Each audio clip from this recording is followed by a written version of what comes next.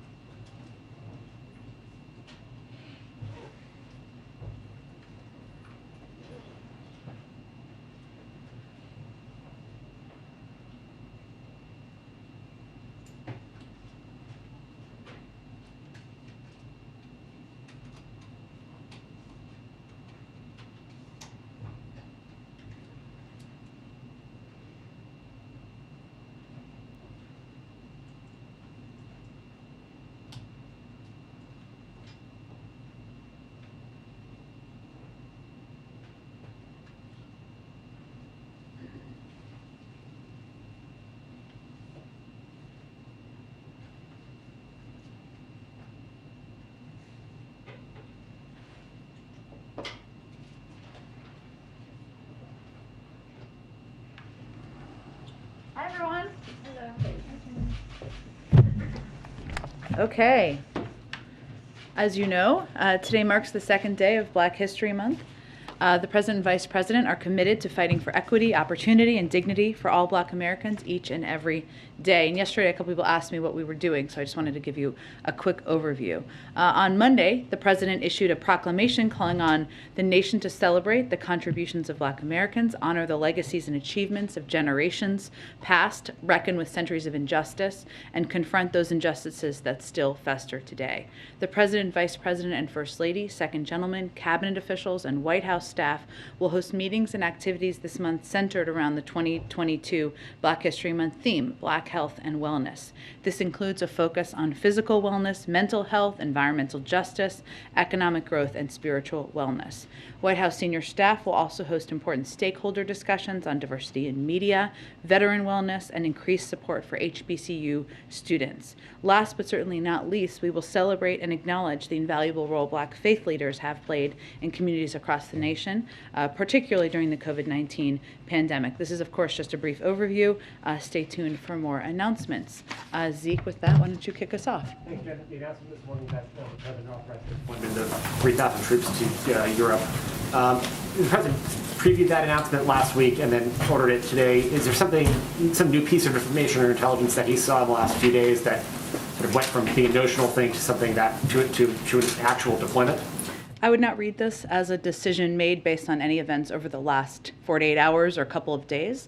We've been in discussion and under discussion with our partners and allies in the region where these troops are going for several weeks now. And I would just outline for you, I know some of you may have watched John Kirby's briefing, but just to give some more specifics, the 1,000 service members from the U.S. Army's 2nd Cavalry Regiment, which is based in Germany, will reposition to Romania in the coming days. Secretary Austin had discussed this possibility in this deployment to Romania last week in his conversation with the Romanian defense minister. Second, we are moving 1,700 service members from Fort Bragg to Poland and approximately approximately 300 service members from Fort Bragg to Germany.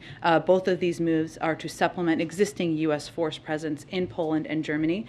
These forces are separate and in addition to the 8,500 personnel in the United States on heightened alert position posture that we announced last week. But I would also note, Zeke, just to finish answering your question, that the president has been clear since the beginning of the escalation and the building of troops at the border, and been directly clear with President Putin, as he was in early December. If Russia stays on an escalatory path, which they clearly have, we will make force posture adjustments to deter and defend against any aggression. This is not troops that will go into Ukraine. They're not fighting in Ukraine. This is us. This is the United States abiding by our commitments under Article 5 to support, reassure our partners in the region. What is the milestone the president's looking for those troops to come back home? What is it if Russia de-escalates, those troops would go back to their bases? Is that? Well, I think as you touched on, it's not permanent. They're not intended to be permanent. And again, we already had troop presence in all of these countries where we are doing an increase in troops. So I can't give you an evaluation. Obviously, if Russia decides to de-escalate, to take de-escalatory steps, then certainly that would impact what the force posture needs are in other parts of the region. Senator Hawley was at the statement today saying that the president should sort of take NATO membership off the table for Ukraine, and that wasn't in U.S. interest to do that. Do you think that sort of rhetoric or sort of position by a U.S. senator right now is helpful in this showdown between the West and Russia? Well, if you are just digesting Russian misinformation and parroting Russian talking points, you are not aligned with long-standing bipartisan American values, which is to stand up for the sovereignty of countries like Ukraine, but others, their right to choose their own alliances, and also to stand against, very clearly, the efforts or attempts or potential attempts by any country to invade and take territory of another country. That applies to Senator Hawley, but it also applies to others who may be parroting the talking points of Russian propagandist leaders. On a different topic, there's been a lot of reporting the last couple of days about how the U.S. is setting it on per capita basis with peer developed countries. The death rate in the United States is far outpacing what's being seen abroad, largely as a result of the lower vaccination and boosting rates here, as well as some other comorbidities and the like. But does the president feel that he bears responsibility that, a year into office with this new wave, that the U.S. wasn't better prepared and that more people are dying here on a per capita basis than are in Europe, for instance? Well, the buck always stops with the president, and he would say that. But I would also tell you, Zeke, that the steps that we have taken to make progress, to prepare in the United States far outweigh what almost any other country in the world has done to date. That includes ensuring that 87% of the population has had at least one dose, continuing to increase the number of people who are boosted, ensuring we are taking steps to keep our schools open, to make sure communities that have surges have federal resources they need. So, of course, we are still at war with a virus. That is continuing, and that is the president's top priority. He has said that before. But I would also note all of the steps that we have taken to ensure we are prepared as we have ups and downs in this pandemic. And sorry, one last one. Yesterday you mentioned that it's the policy of the administration not to no longer comment on conversations with Joe Manchin about... I didn't say Joe Manchin. I said, you often ask me about Joe Manchin. So I think that was the context of the question, which is absolutely fine. But it is our policy to not give specifics or to try not to give specifics of private conversations the president is having with members of the Senate, members of Congress. There are times, I know yesterday, of course, we had Senator Grassley and Senator Durbin here, and we did a pool spray of that. So you may say that's contradictory, but our effort and our focus is on making progress, and sometimes that means keeping those conversations private. Oftentimes it does. So I'm just curious, this is a shift from where you were a few months ago. Is that only because the Build Back Better bill failed? Is that why this policy has changed?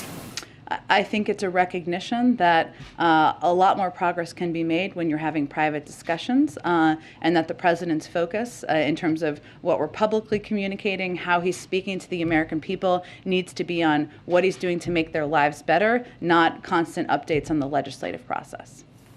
Go ahead. Thank you, Jen. On the troops that were deployed today, You've said that they aren't going to be fighting, they'll be there to offer support. Can you offer any details about exactly what they will be doing there? And also about the distribution to these specific countries, why these 3 places and why the 2,000 versus 1,000? Sure. Well, to be clear, they're not going to Ukraine to fight, right? So I know that's what you were asking, but just for clarity for the transcript purposes. Our effort and our objective here has been to ensure we are ready for every contingency. And force posture increases as part of that preparedness. It's to reassure our allies, to whom, as I've said, we have a sacred obligation. This force, or these forces who have gone, are trained and equipped for a variety of missions to deter aggression and to reassure and defend our allies. In terms of why the specific numbers, I'd really point you to the Department of Defense, who makes the recommendations and ultimately, proposes for the president's sign-off. I would note that a number of our NATO allies have recently announced troop movements as well, similar to what was announced this morning. So, including the United Kingdom, France, Spain, Denmark, and the Netherlands, of their intent to deploy additional forces to reinforce NATO's eastern flank as well. So, this is a reflection of our robust capabilities and our ability to distribute them across Europe, but it's also consistent with what a lot of our NATO partners are doing. John Kirby said that the Pentagon has not ruled out deploying additional troops. Under what conditions would that happen? These, again, are these decisions were based on close consultations with our partners in the region, the countries where these troops have been deployed to, of course, and also the escalatory actions by Russia. But, obviously the president is meeting with his national security team on nearly a daily basis, and will make evaluations as needed. And then changing topics, Senator Lujan has been hospitalized after suffering a stroke.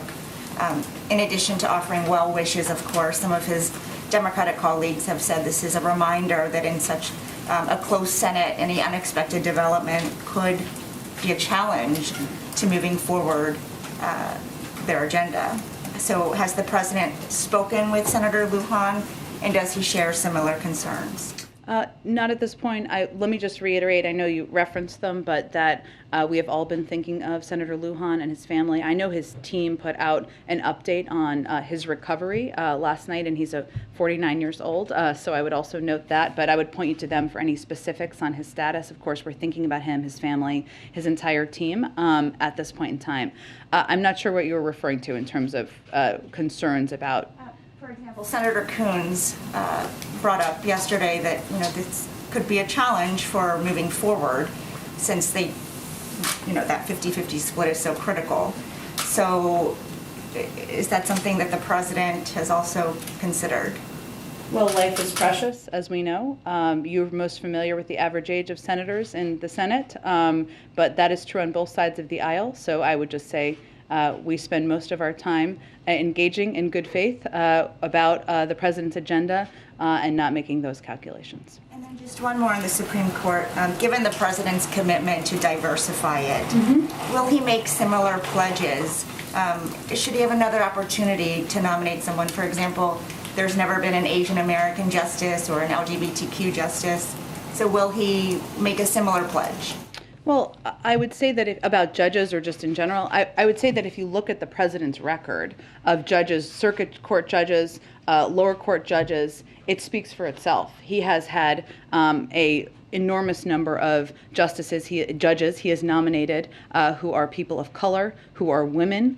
He has nominated and confirmed an extraordinarily diverse bench of qualified individuals to serve on the courts. And that is certainly a priority for him. I don't have any new pledges to announce for you, but I think I would point you to his record, which speaks to his commitment to ensuring the court is more diverse, lower courts are more diverse, the higher courts are more diverse, and that is something he certainly will continue to look at as a priority. Thanks, Jen. Go ahead. Thank you. Oh, sorry, I'll come back to you. Go ahead. I was just going to ask another follow-up on the troop movements. Yeah. Is President Biden concerned that Putin might use them as a pretext to act against Ukraine? Well, I think what's important to be very clear about here is that there is one aggressor here. That aggressor is Russia. They are the ones who have gathered tens of thousands of troops on the border. They are the ones who are threatening to invade a sovereign country. NATO is a defensive alliance. The steps and actions we are taking are to provide reassurance and readiness to our partners in the region. If President Putin and the Russians decide to de-escalate, that would be a welcome step. A follow-up on the energy issue. Qatar has said it will divert cargoes if needed, but needs the U.S. to help mediate changes in supply contracts. Who is the U.S. talking to about diverting supplies, and are any countries willing to forgo their Qatari supplies to help Europe? I certainly understand the question. I would just note that we're talking to a range of countries and suppliers, not any one individual country. Obviously, Qatar is a large supplier of oil in the world, so that is certainly a statement of fact. But I don't have anything about our private conversations to read out from here. And just a quick final one: does Biden plan to watch the Olympics? U.S. athletes competing. I think it starts Friday. Yes, absolutely. We all do. I'm not going to rule out an Olympics outfit here. I would encourage all of you to do the same. Yes, we are looking forward to it and to cheering on our American athletes who will be competing. Go ahead. Just one more on the troop movements. Can you explain a bit more why the president decided to move unilaterally before NATO approved a multilateral deployment? I mean, you've talked often in here about how fiercely united the U.S. is with our NATO allies. Is there a concern that this undercuts that sense of unity? Absolutely not. And this is an important question because a lot of our NATO partners have taken a similar step. In fact, 5 other of our NATO allies have taken steps. The United Kingdom, France, Spain, Denmark, and the Netherlands have all said they have the intent to deploy additional forces to reinforce NATO's eastern flank. So these decisions can be made on a unilateral basis by the United States or any of our NATO partners to boost up support. And obviously the NATO alliance as a whole would decide if there was going to be a movement of the NATO alliance forces. So this is something that we have always had the capability to do, as all these other countries do as well. And it's an option in addition to what we've done to support and plus up our NATO partners, our NATO alliance. I think it's still not clear though then why. I mean, I know you've been addressing this here, but why now then? Given that you're saying there's no new evidence that's come to light necessarily, it's not that you have a sense that Putin is going to invade any more so than you thought a few days ago. That's true, but and I just noted that it wasn't an event because I think the way Zeke asked the question in the last day or two or over the weekend or something like that. This has been under discussion for some time now with our NATO partners and of course within the administration. It is also true that there's no question that Russia and President Putin has continued to take escalatory, not de-escalatory steps. So it is not that it is one moment. We are looking at events over the course of time. And at the risk of sounding like a broken record, on the Supreme Court search, has the president made any plans to meet in person with any of the nominees? Has he had any direct conversations with any of these potential candidates yet? We're just not going to provide updates from here on the process. Certainly meeting with the nominees will be, well, obviously with the nominee, but meeting with candidates will be a part of the process, but I don't expect we'd provide a play-by-play on that from here. Go ahead, Caitlin. Thanks, Jen. 2 weeks ago at his press conference, the president said, quote, "We're going to actually increase troop presence in Poland and Romania if, in fact, he moves," referring to President Putin. He has not moved yet to invade Ukraine, as far as we know. So can you explain, in the last 2 weeks, why that calculus has changed for President Biden? Well, I wouldn't say the calculus has changed as much as we look at a range of events over the course of time. And there's no question that if you look at President Putin's actions, they have been escalatory, not de-escalatory. But clearly, this has been a topic of discussion from among our national security team and also between our national security team and their counterparts for some time now. Is the president worried that Putin is going to try to invade a NATO ally? The president wants to, we're certainly hopeful he would not, but the president wants to take steps to reassure our countries in the region that are part of the NATO alliance. And, you know, Russia as a country, President Putin is a leader who has invaded 2 sovereign countries in the last several years. You know, he's somebody who's used chemical weapons. He's somebody who has pushed propaganda around the world. We're not predicting that he has made a decision. We don't know that, but we're also taking steps to be ready and to be prepared. Are removing these forces that are now being deployed, is that contingent on Putin removing his troops from Ukraine's border? Removing, these troops in Eastern Europe? 3,000 troops that the president is sending to NATO allies that he signed off on yesterday.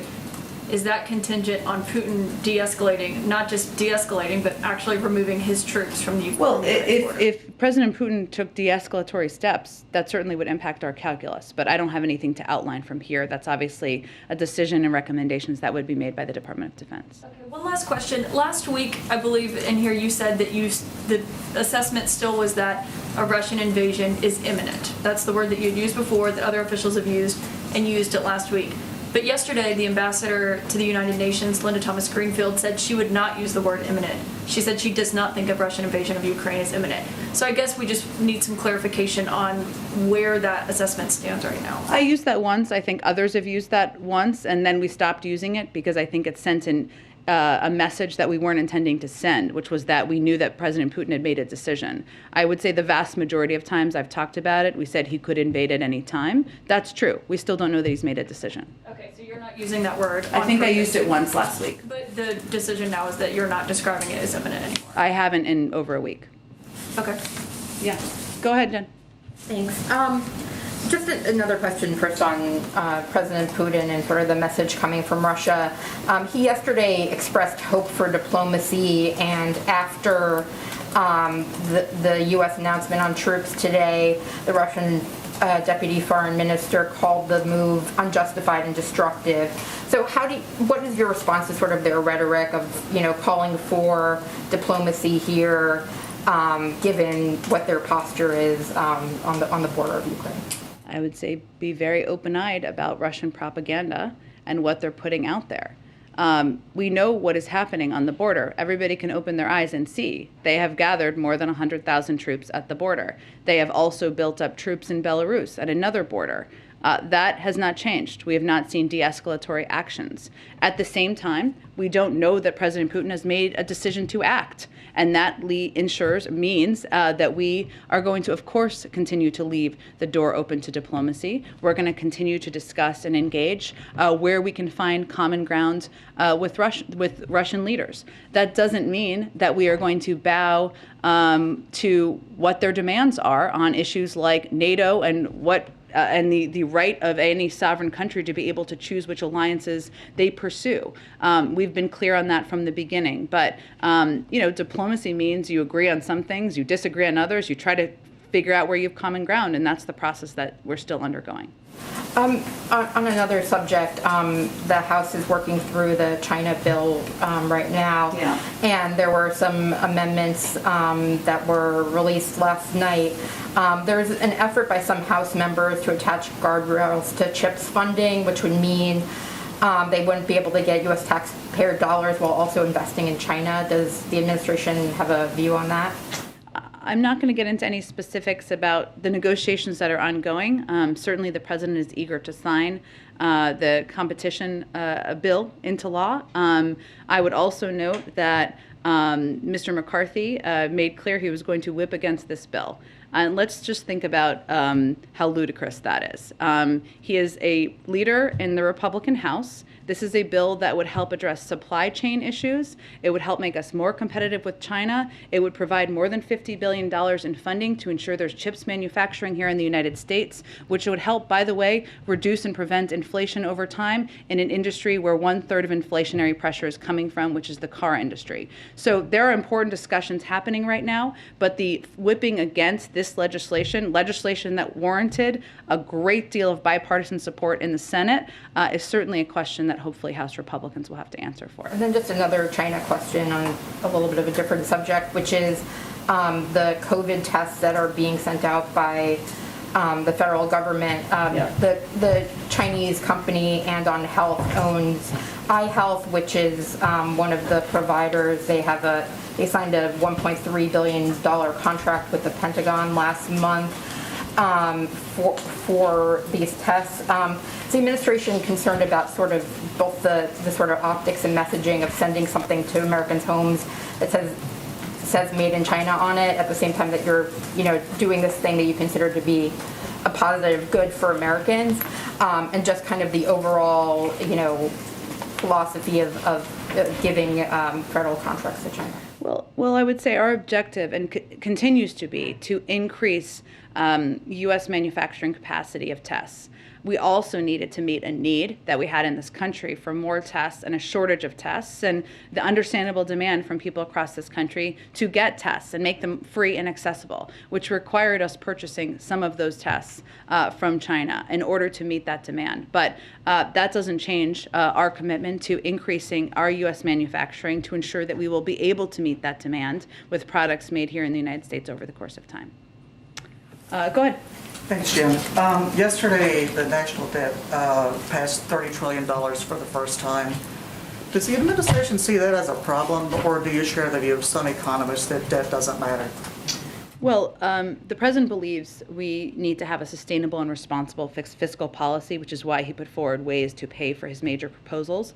He's committed to a sustainable and responsible policy in ensuring that our long-term investments are fully paid for, like Build Back Better. I'd also note that this stands in significant contrast from the previous administration and Republicans in Congress, which passed a $1.5 trillion tax cut for wealthy taxpayers in 2017 and didn't pay for it. As we look to the debt, which obviously the president wants to be lower, it's important to note that more than 95% of the national debt was incurred before he took office. The national debt increased by $7.8 trillion during former President Trump's presidency, which accounts for about 30% of its total. So we are working to be fiscally responsible, and that certainly is a priority to the president. Okay, one more on Afghanistan. There's a new report up from the UN that says that more than 100 former members of the Afghan government and other Afghan allies of the U.S. have been killed since the Taliban returned to power. There are additional reports that thousands of Afghan allies of the U.S. are still in Afghanistan. They're hiding out. They can't get to the U.S. because of issues with a special immigrant visa. Does the administration consider it a priority to get these people out of Afghanistan? And if so, why are they still there 6 months after we withdrew? We absolutely do, and we have also helped thousands of our Afghan partners leave Afghanistan since our full withdrawal at the end of August. As has been reported, there was a delay or there was a gap where there were not flights. Those have resumed, which is a good sign, which will hopefully enable us to continue to get more people out. Obviously, the president also met with the Qatari leader earlier this week. They have been an important partner here, as we don't have the diplomatic presence, as you well know, that we had prior. I would just note that from the beginning, we've been able to evacuate more than 120,000 people from Afghanistan. Some American citizens, many of them Afghan partners and allies, people who have fought alongside us during the 20-year war. And that is the largest evacuation since the Vietnam War. So I would say we are still committed to doing this. We are not naive about the challenges, nor are we naive about the conditions on the ground, which is why we are so focused on getting humanitarian assistance to the people in Afghanistan through trusted and reliable sources. But it is a good sign that the flights have resumed. Obviously, this was a topic of discussion with the Qataris earlier this week as well. Go ahead. Thanks, Jen. Just on schools, New Orleans became the first major district in the country to have a vaccine mandate for all students going into effect yesterday.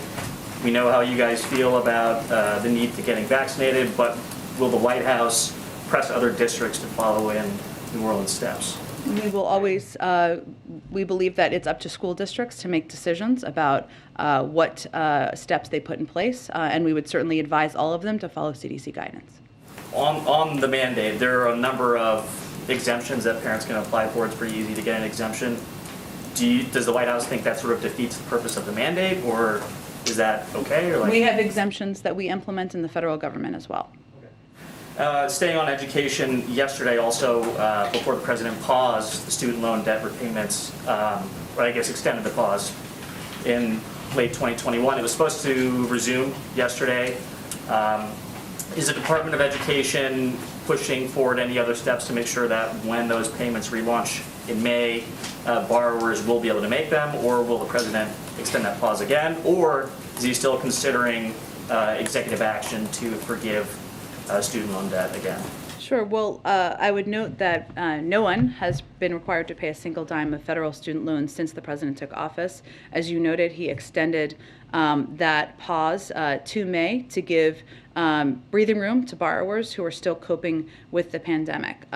He certainly also supports Congress for providing $10,000 in debt relief, a bill he would be happy to sign into law. I don't have any additional executive orders to predict at this point in time, but certainly in May, if this resumes, the Education Department will continue working to ensure a smooth transition to repayment. Go ahead. Thanks, Jen. Last week, President Biden and President Zelensky discussed the macroeconomic package of assistance for Ukraine. What's the status of those negotiations? What's the scope and scale of that package?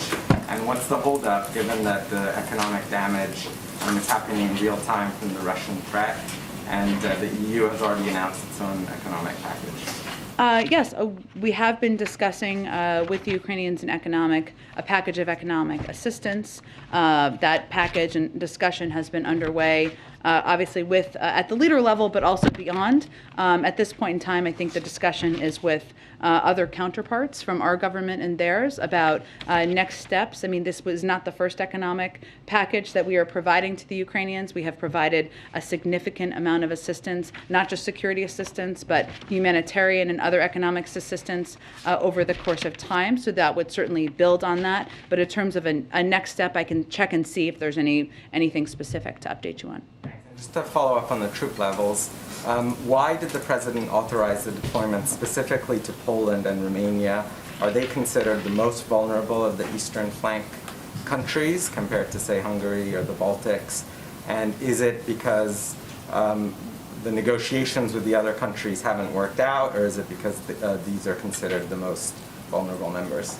Well, I think as my colleague John Kirby conveyed, we've left the door open to additional. I have nothing to predict on that front, but this was based on, or this announcement and deployment was based on consultations and conversations with these countries where we have sent these troops. I don't have any more details about behind-the-scenes conversation to lay out from here. Go ahead. Thanks, Jen. Senator Graham and Congressman Clyburn have been calling for educational diversity on the court, suggesting the president should choose someone who attended a public university rather than an Ivy League school, for example. As the graduate of a public university, Me too. Does the president? Who else here? Does the president Public have schools. any? I'm asking about the president. Does he have any thoughts on that as a graduate of the public university? Will that factor into his consideration at all? Sure. I certainly understand the question. I've seen their comments. I would say the president's, and we certainly appreciate Senator Graham's thoughts and, of course, those of Mr. Clyburn. What the president's focuses on is choosing from a wealth of deeply qualified candidates who bring to bear the strongest records, credentials, and abilities that anyone could have for this role. As you know, he has nominated judges who have not gone to Ivy League schools, so I think that speaks to his value for that. But in terms of the credentials, I don't have any more specifics to lay out for you today. Related to that, though, also just wanted to ask about candidates who have already gone through a judicial confirmation process, either for the district court level or the appeals court level.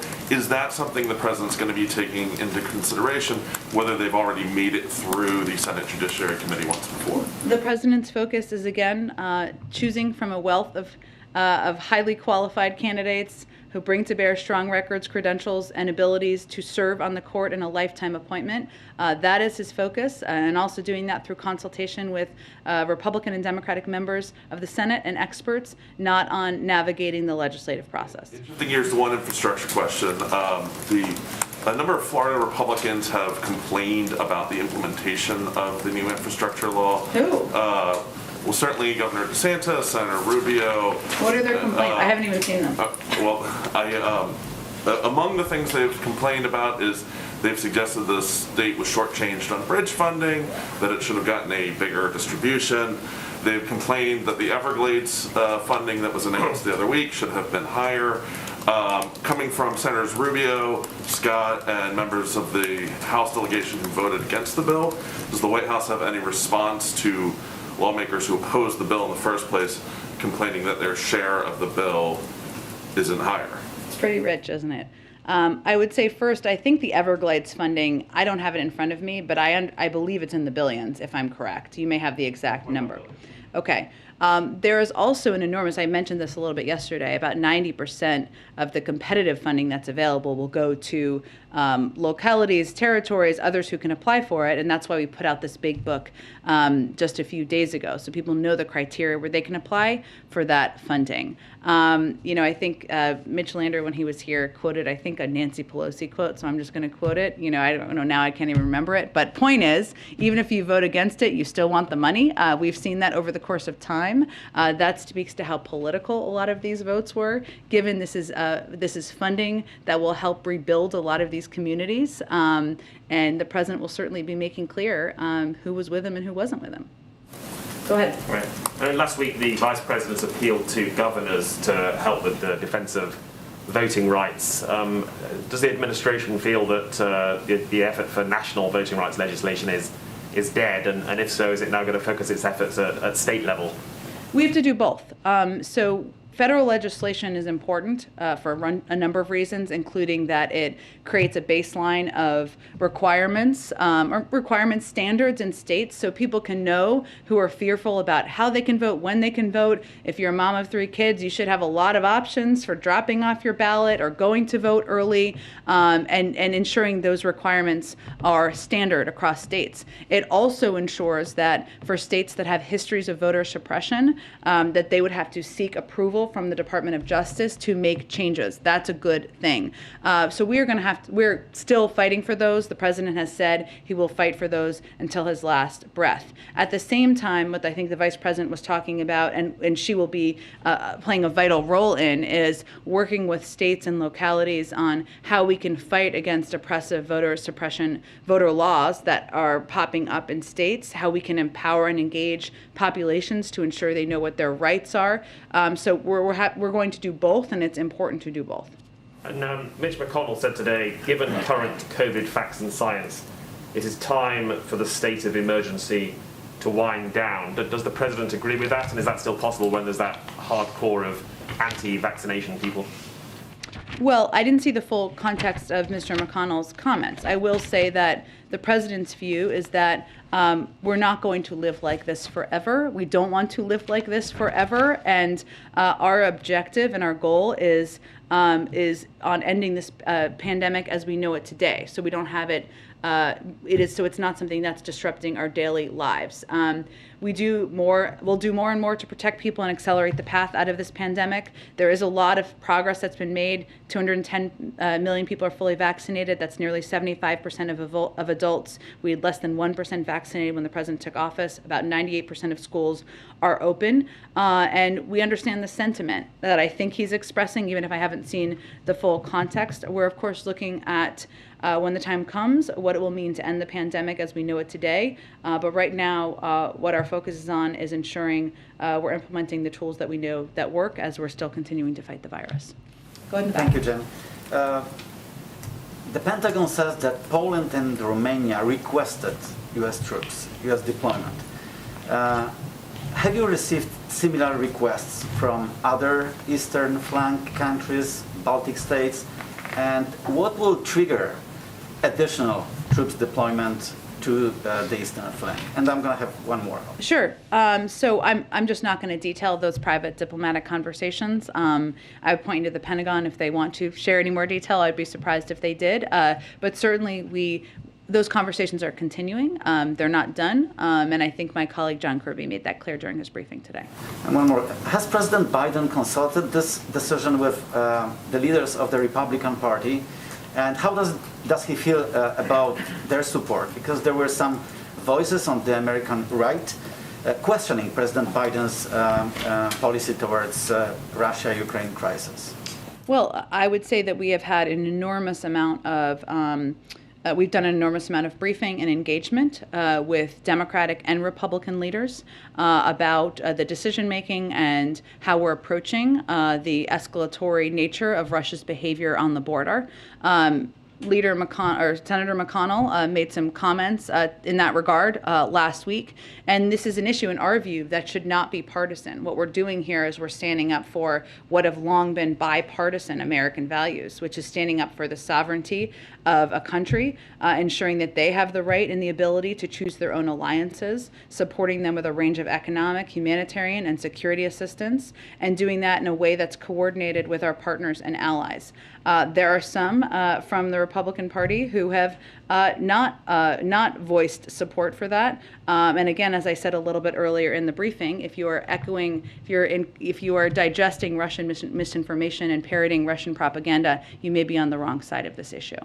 Go ahead. Hi. 2 questions. Yeah. The first, does the president know who Leonard Peltier is? Sure he does, but I have not discussed it with him. Just call me and let me know if he knows. Is he aware of the push by Democratic senators and members of Congress and native state legislators and even Pope Francis at one point to send Peltier home from prison? I have not discussed this with him specifically. I'm happy to see if there's any more follow-up. And then my second question is about the Supreme Court. Some Republican senators like Ted Cruz are criticizing Biden for saying he'll pick a black woman for the Supreme Court. He said it's quote-unquote offensive because somehow the black woman he chooses wouldn't be the most qualified for the job. But Republicans like Cruz also celebrated when Trump picked Amy Coney Barrett for the Supreme Court, with Cruz telling Barrett during her confirmation hearing, quote, "Your children have been wonderfully well behaved. I think you're an amazing role model for little girls. What advice would you give little girls?" So my question for you is, why do you think Republicans like Ted Cruz are acting so angry about Biden picking a black woman for the Supreme Court when they were very happy when Trump picked Amy Coney Barrett for the court? I read that exact quote yesterday. Glad lots of people are following it. I think that's really a question for Senator Cruz. But it is important to note, as you just did in your question, that there was never an objection by Senator Cruz to Donald Trump promising he'd nominate a woman in 2020. You noted what he said to the woman he nominated in the hearing and how he applauded her in the hearing. The notion, the president's view, is the notion that there has not been a black woman ever on the Supreme Court in 230 years is a problem with the process, not a lack of qualified, credentialed people to consider and nominate. That's his view, but I think that's a question best for Senator Cruz. Why do you think, what's the difference between Trump picking Amy Coney Barrett and saying he'd pick a woman in advance and Biden picking a black woman? That's exactly why I called out this issue yesterday, but I am blissfully not a spokesperson for Senator Cruz, so he can best answer that question. All right, thanks everyone. Oh, yes. Senator Schumer is currently coming here today to meet with the president about the Supreme Court pick and process. Can you confirm that? Do you have any other information on what their conversation? I believe it was under discussion to figure out how they could connect, whether it was on the phone or in person. Let me see if I can get more details on it, but it's part of the consultation process that you've seen take place over the past couple of days. Thank you, everyone.